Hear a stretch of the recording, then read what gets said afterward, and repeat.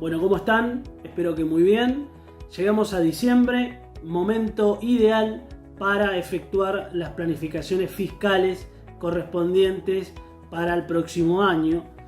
Y cada vez esta planificación fiscal se está haciendo más imprescindible para todos los negocios, porque lo que se busca es una estrategia claramente legal, económica, en cuanto a la optimización de impuestos, a la optimización tributaria de los negocios, y por eso es que tenemos que evaluar muchos puntos en cuanto a la operatoria de dichos negocios, ya sea por ejemplo la forma de organización de ellos, cómo poseer activos, si conviene poseerlos en propiedad plena, si conviene la locación de ellos o bien ejercer la opción del leasing con opción de compra, vale la redundancia.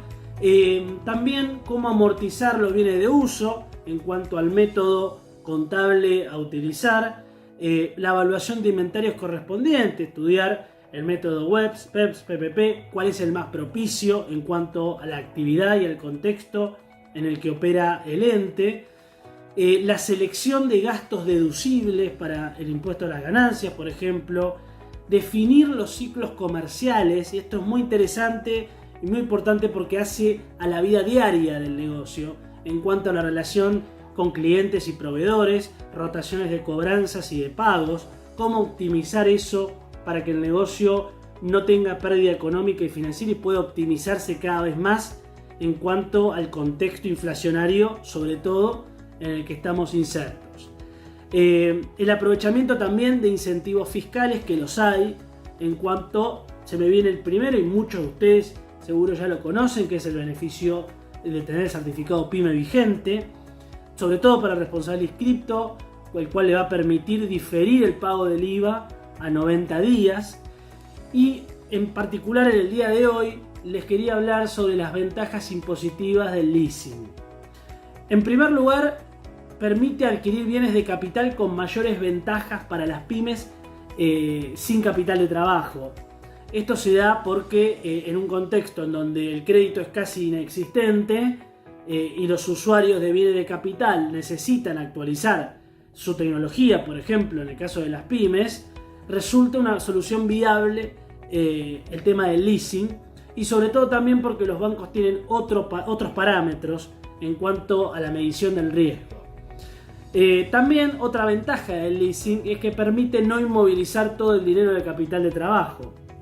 Y respecto al impuesto a las ganancias, hay algo muy interesante, es que la amortización acelerada del valor de la inversión depende del plazo de locación y no de la vida útil del bien de uso a adquirir, el leasing.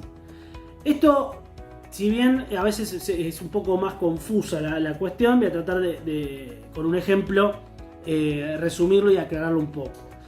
Si yo tengo un contrato de leasing a 6 años, estamos hablando de más del 50% de la vida útil del bien. Recordemos, por ejemplo, en el caso de una máquina, la vida útil contable son 10 años.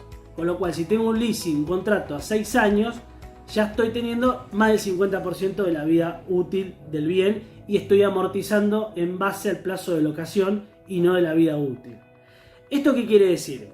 Que tengo mayor deducción en menor tiempo posible. Y esto claramente es una ventaja fiscal que ofrece el leasing, ¿no? Para el tomador del leasing.